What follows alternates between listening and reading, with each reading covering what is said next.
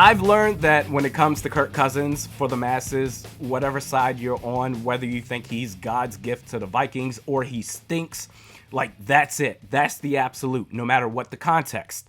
Sir or ma'am, we've reviewed your resume here. Your interview was fantastic.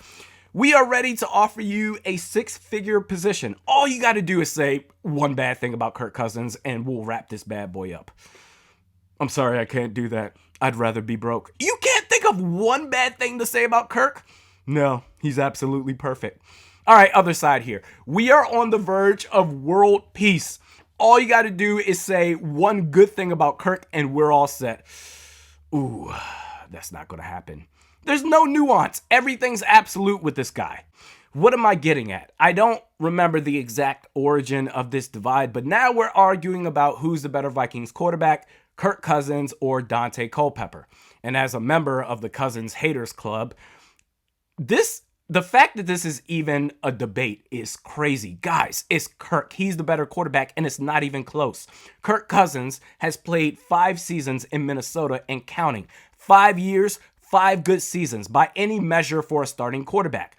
Culpepper played 6 seasons in Minnesota. In those 6 years, he's had 3 good seasons, 2000, 03, and 04. 01, he was 1 interception shy of matching his touchdown passes. For any quarterback, that is awful. That's Jameis Winston territory. 02, Culpepper threw 5 picks more than he did touchdowns. But you know what? Let's combine the rushing touchdowns to mask that. Okay? 28 total touchdowns to 23 interceptions. It's better. It's not great, but better. By the way, folks, he also had 23 fumbles that season. In fact, Kirk, with 47 fumbles in 80 starts with the Minnesota Vikings, Culpepper, and you can't even make this up, Culpepper also 80 starts, 80 fumbles.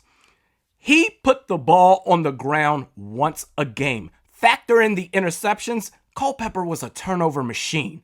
And for the record, I think neither of these players are great. I can't wait for the Kirk Cousins era to be over with. But for those that hate Kirk so much to the degree that we're out here yelling about Daunte Culpepper, are you serious right now? This is the hill you're willing to die on? This is your king? Okay. Then you account for the Randy Moss factor, arguably the greatest receiver of all time. He made the quarterback's job easier than anybody else in league history. A bad shot by anybody else in basketball is still a great shot for Steph Curry. A bad pass by the quarterback is still a catchable ball for Randy Moss.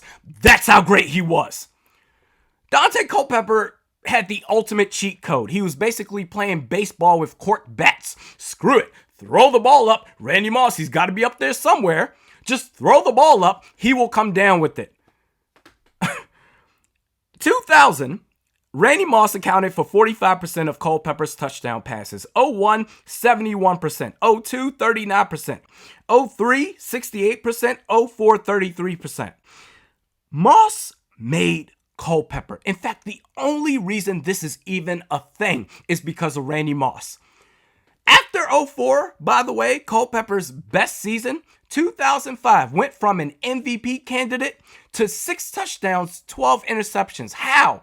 How does a drop-off of that magnitude happen going from one season to the next? How? I'll tell you, because the jig was up. The cheat code was gone. Major League Baseball, they discovered the cork bats and took them away. Moss was traded. You're now on an even playing field. Kirk Cousins, without the best receivers in the league, without Justin Jefferson, without Stephon Diggs, without Adam Thielen, is still a pretty good quarterback. In Washington, he put up 29 touchdowns, 11 interceptions with Jamison Crowder, Pierre Garçon, Jordan Reed, past his prime Deshaun Jackson. He's still a pretty good quarterback. Daunte Culpepper, without Randy Moss, was unplayable. These are the facts. Oh, but 04, 1 year?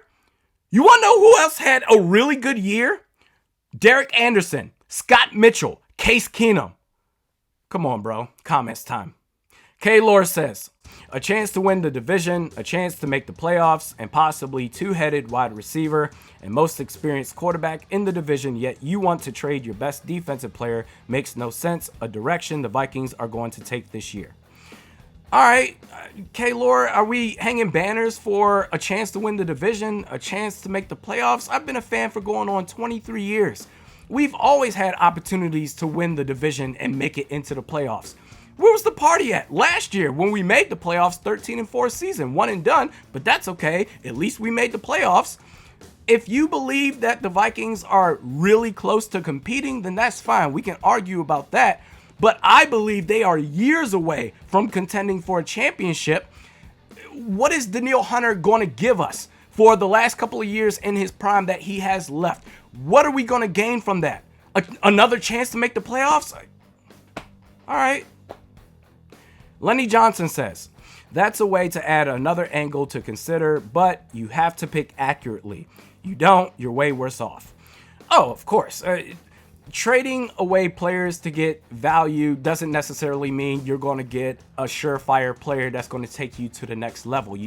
That's what a scouting department is for. That's what a general manager is for. But the goal is to stack as many chips as possible to play at the draft table. And as long as you're smart and you make the best pick possible, you go ahead and do that versus letting a player play out his prime and he goes off into the sunset and thanks for the memories. Go ahead and get your spot and get some draft picks.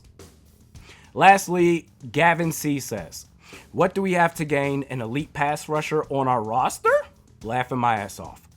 So again, memories, bragging rights, that's all we're going to sit here and raise hell about. Yeah, okay, we may not win another championship for the next 15 years, but you remember when we had Danielle Hunter? That was fun.